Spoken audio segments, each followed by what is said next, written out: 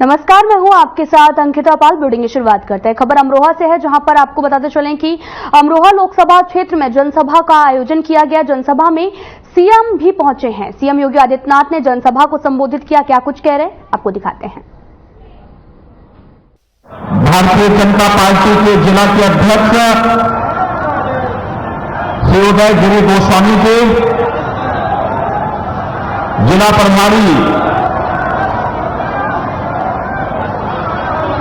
और विधान परिषद सदस्य श्री सत्यपाल सिंह सैनी जी,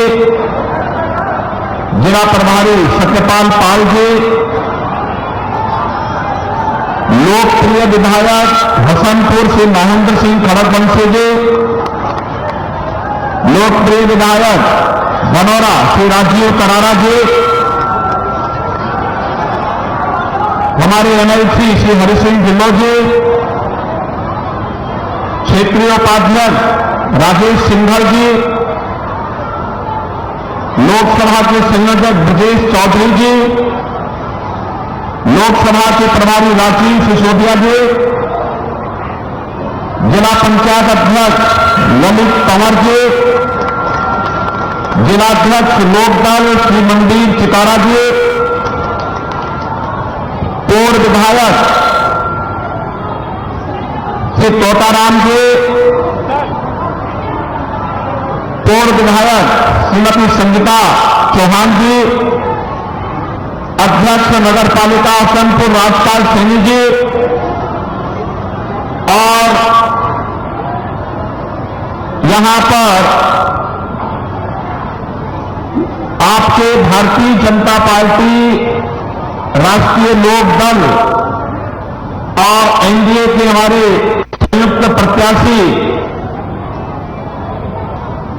जिन्होंने समाज सेवा के कीर्तिमान स्थापित किए हैं, ऐसे चौधरी कंवर जी, भारतीय जनता पार्टी के हमारे सभी पदाधिकारी और उपस्थित बहनों और भाइयों, आप सबको मैं आज हनुमत जयंती की हृदय से बधाई देता हूं। रिद्धि सिद्धि देने वाले बजरंगबली आप सबकी सुरक्षा भी करे, आपके जीवन को सुख और समृद्धि की ओर अग्रसर कर सके, इसकी मैं आप सबको अपनी शुभकामनाएं देता हूं। बहनों और भाइयों, पहले चरण का चुनाव संपन्न हो चुका है। देश के अंदर 102 लोकसभा सीटों पर चुनाव संपन्न हुए हैं और उत्तर प्रदेश के भी 8 लोकसभा सीटों पर चुनाव अब तक संपन्न हो चुके हैं। दूसरे चरण के मतदान की तैयारी चल रही है और 26 अप्रैल को दूसरे चरण में मतदान होना है। बहनों और भाइयों, पहले चरण के मतदान के बाद देश के अंदर जो रुझान देखने को मिला है, जनता जनार्दन का आशीर्वाद भारतीय जनता पार्टी और सहयोगी दलों को प्रचंड बहुमत के साथ प्राप्त होने जा रहा है। और इसीलिए मैं आपका आह्वान करने जा रहा हूं कि देश की जो आवाज है वो आवाज है फिर एक बार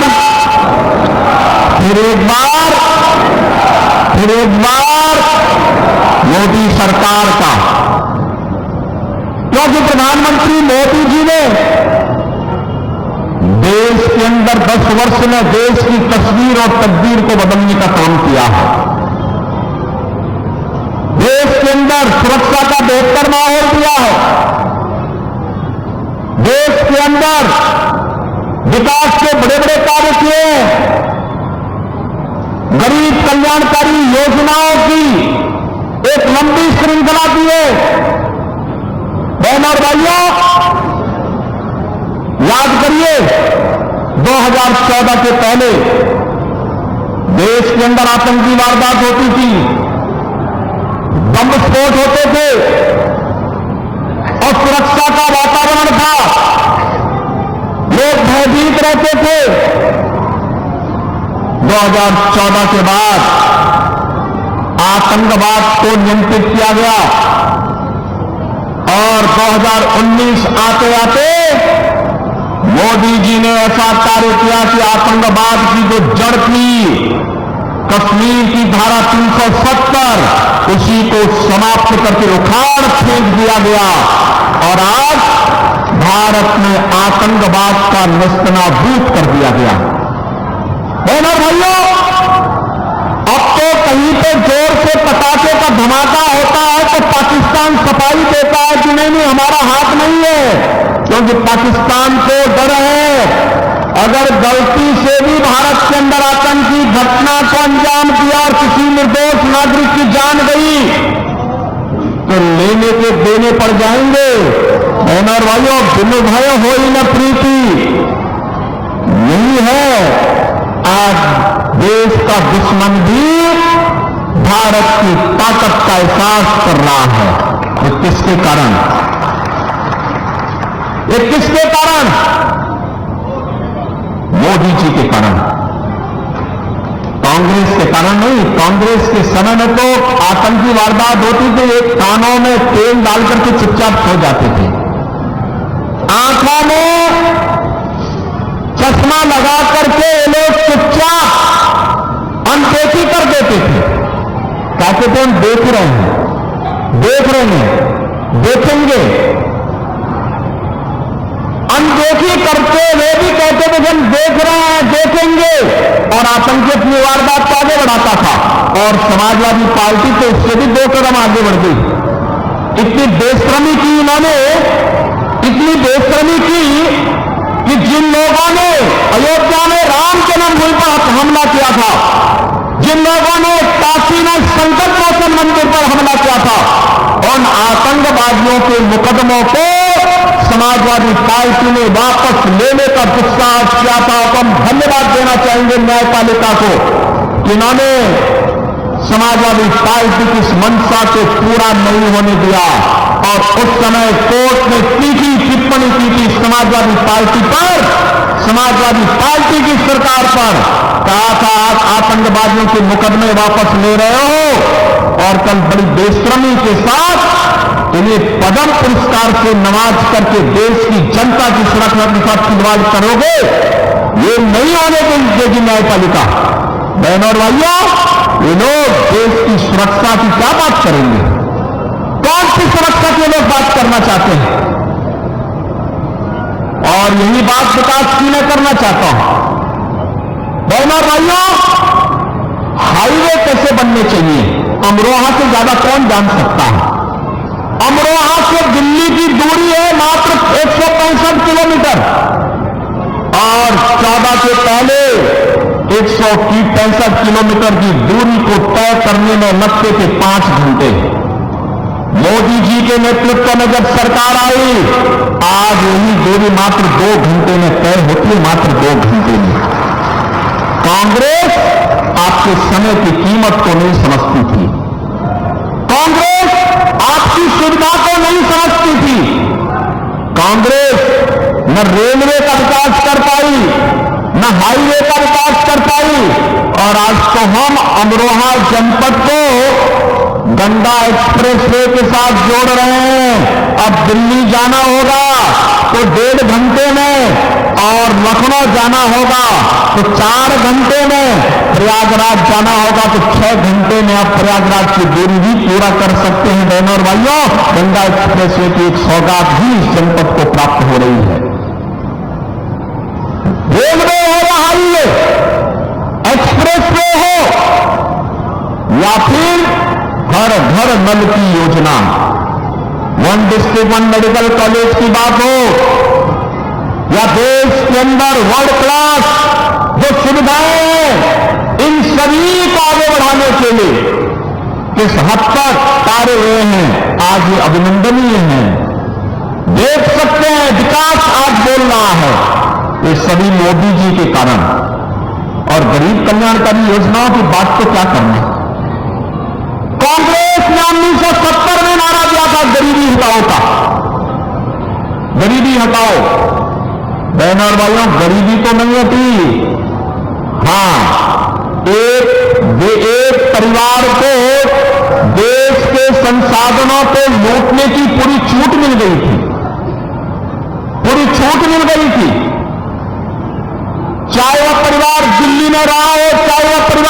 लेकर आओ।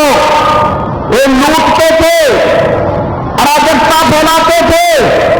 और डॉक्टर मनमोहन सिंह जी ने तो जब प्रधानमंत्री थे उस समय उन्होंने क्या कहा था? उन्होंने कहा था कि देश के संसाधनों पर पहला अधिकार मुसलमानों का है, तो हमारा दलित कहां जाएगा, पिछड़ा कहां जाएगा, ये खड़गवंशी कहां जाएगा, पाल कहां जाएगा, सेनी कहां जाएगा, गरीब कहां जाएगा, किसान कहां जाएगा, माताएं और बहनें कहां जाएंगी, नौजवान कहां जाएंगे? देश के अंदर कांग्रेस जाति के नाम पर, क्षेत्र के नाम पर, भाषा के नाम पर जानती रही। गरीब भूखों मरता रहा, किसान आत्महत्या करता रहा, नौजवान प्लान करता रहा, और एक कांग्रेसी और उनके सहयोगी दलों को आज से इंडी गठबंधन के रूप में आपके पास आए हैं। बहनों और भाइयों, वो देश के साथ गद्दारी किए हैं और फिर गद्दारी करने के लिए अपने झूठे घोषणा पत्र के साथ आपके पास आए हैं। आज कांग्रेस का जो घोषणा पत्र है उसको आप देखेंगे, क्या कहते हैं? कहते हैं देश हमारी अगर सरकार बनी तो हम शरिया कानून लागू कर देंगे। आप बताओ, ये देश बाबा साहब भीमराव अंबेडकर के द्वारा बनाए गए संविधान से चलेगा या किसी शरीयत से चलेगा? भारत संविधान से चलेगा। बाबा साहब भीमराव अंबेडकर के द्वारा बनाए गए संविधान से भारत चलेगा, न कि किसी शरीयत कानून से। कांग्रेस के लोग अपने घोषणा पत्र में इस बात की चर्चा करते हैं कि हम व्यक्तिगत कानून को लागू करेंगे, यानी शरिया कानून लागू करेंगे, क्योंकि मोदी जी ने 3 तलाक की प्रथा को रोक दिया, पूरी तरह रोक लगा दी, उस पर लगाम लगा दी, और उसको कहते हैं कि हम फिर से व्यक्तिगत कानून पुनर्बहाल करेंगे। ये लोग शरिया कानून लागू करेंगे और कहते हैं कि हम लोग जनता की प्रॉपर्टी को हत्या करके, ले करके, उसके माध्यम से फिर उसका बंदरबांट करेंगे। बहनों और भाइयों, क्या आप कांग्रेस और समाजवादी पार्टी को अपनी संपत्ति पर डकैती डालने की छूट देना चाहते हैं क्या? अरे आपके बाप दादों ने कमा करके संपत्ति रखी है, देखो ना इन बेशरमों की हालत। एक तरफ आपकी संपत्ति पर इनकी कुदृष्टि है और दूसरी तरफ माफिया और अपराधियों को अपने गले का हार बना करके कैसे उनके नाम पर खतिया पड़ रहे हैं, आपने देखा होगा उनके हाल को। देखा है ना, देखा है ना। और मैं यहां की जनता को तो धन्यवाद दूंगा। मैं 2017 में जब आया था यहां, इसी महेंद्र खड़गवंशी के प्रचार में मैं आया था, यहीं पे सभा हुई थी 2017 में भी और 2022 में भी। और बहनों और भाइयों, तब 2017 में मैंने कहा था, कबीरदास जी ने एक बार कहा था कि अपने पुत्र के बारे में उन्होंने कहा था कि उससे छुटकारा पाना चाहते थे। उन्होंने कहा कैसा पूत का कमाल। और आपने भी कबीरदास जी के वचनों को अंगीकार करते हुए महेंद्र खड़गवंशी को यहां से विधायक बना करके भेजा, बना के भेजा ना 17 में, 22 में भी आया ना। और देखो उन्होंने यहां पर विकास के कार्यक्रमों को आगे बढ़ाया। विकास के कार्यक्रम आश्रम पद्धति का विद्यालय हो, चीनी मिल के विस्तारीकरण का हो, और भी यहां के अन्य कार्यक्रमों को, विकास के कार्यक्रमों को लेकर के चल करके जो सपना कभी स्वर्गीय बाबू कल्याण सिंह जी का था, उस सपने को साकार करने के लिए महेंद्र खड़गवंशी चौधरी कंवर सिंह तंवर के साथ मिलकर के लगातार प्रयास करते रहे।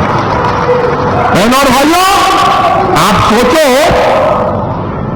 सरदेव कल्याण सिंह जी की भावनाओं के अनुरूप आज अयोध्या में भगवान राम का भव्य मंदिर बन गया है।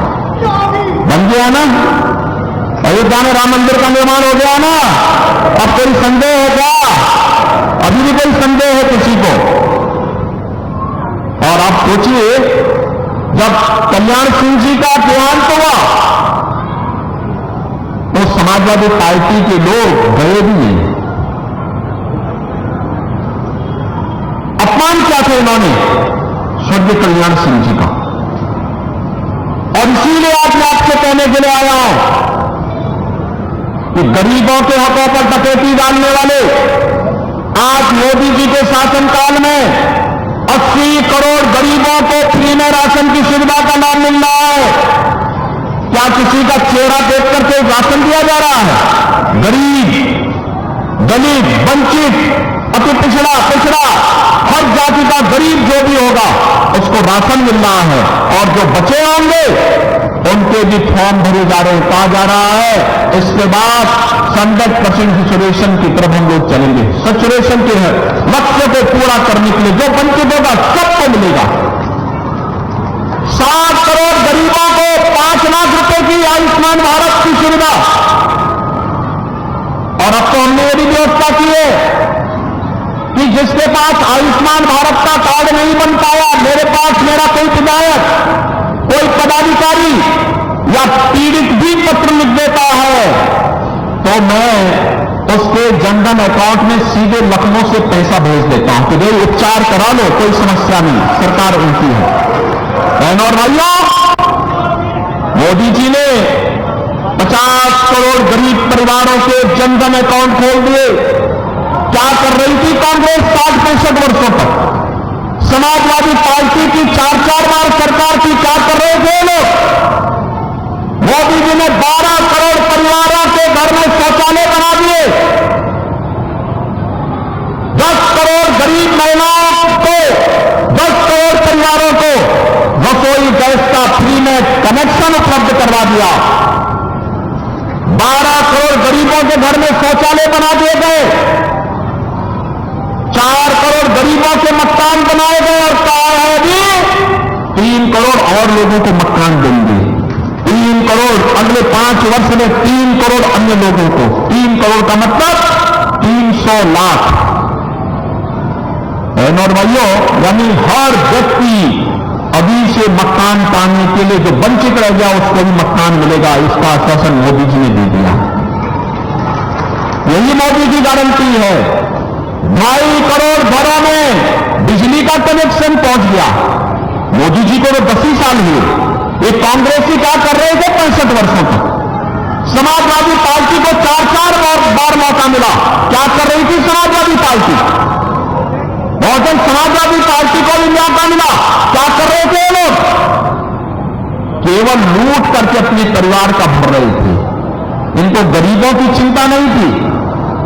इंदिरा गांधी ने जो नारा दिया गरीबी हटाओ का, पोता भी तोते की तरह वही वक्त रख रहा है कि गरीबी हटाओगे, हटाएंगे। और कटने से हटाएंगे, कह रहे हैं जो कि जिसकी संपत्ति होगी उसको हड़प लेंगे, फिर उसको हम लोग दूसरों को बांट देंगे, बंदर बांट कर देंगे। ये बंदर बांट इनका जो है ना, इसी के लिए हम लोग आए हैं कि आज जो मोदी जी करने में सफल हुए हैं, इसलिए सफल हुए हैं बहनों और भाइयों, क्योंकि मोदी जी को ताकत आपने दी है। 1 वोट की ताकत है। ये 1 वोट की ताकत आतंकवाद भा सकता है अगर गलत हाथों में जाएगा। और यह आतंकवाद को सीमा पार ही निपटा देगा अगर भाजपा को यह वोट जाता है तो। आज आप देख रहे हैं ना, पाकिस्तान जो सफाई देता है वो एक ही सफाई देता है, कहता है कि भारत ने हमारे देश के सभी आतंकवादियों को एक एक करके चुन चुन करके मार दिया। तो क्या आतंकवादियों की आरती उतारेंगे क्या? यही तो करना है हम लोगों को। भाजपा को पड़ने वाला एक वोट आतंकवाद को सीमा पार ही निपटा देगा। आपको आपका भाजपा को मिलने वाला एक वोट बेटी और व्यापारी को सुरक्षा की गारंटी दे देता है। कर्फ्यू से मुक्ति और कांवड़ यात्रा को ले चलने की गारंटी भी दे देता है। बहनों और भाइयों, आपका एक वोट गरीब के जीवन में परिवर्तन ला करके कांग्रेस के समय में गरीबी बढ़ी और मोदी जी के 10 वर्ष के कार्यकाल में 25 करोड़ लोग गरीबी रेखा से मुक्त होकर के खुशहाल जीवन जीने के लिए आगे बढ़े हैं, विकास की प्रक्रिया के साथ आगे बढ़े हैं। और कांग्रेस अपनी घोषणा पत्र में कह रही है जो 25 करोड़ लोग गरीबी से मुक्त हुए हैं इनको फिर से गरीब बनाएंगे। क्या आप ऐसे तो आप सीएम योगी आदित्यनाथ को सुन रहे थे, जो कि अमरोहा पहुंचे थे, जहां पर सीएम ने जनसभा को संबोधित किया है और साथ ही उन्होंने सेकेंड फेज की वोटिंग पर बात की। उन्होंने कहा कि आप सभी लोग अपने घरों से निकलें और अपने मतदान का प्रयोग भी करें। तो सीधा आपको लेकर चलते हैं पश्चिम बंगाल, जहां पर गृह मंत्री अमित शाह ने रोड शो किया है।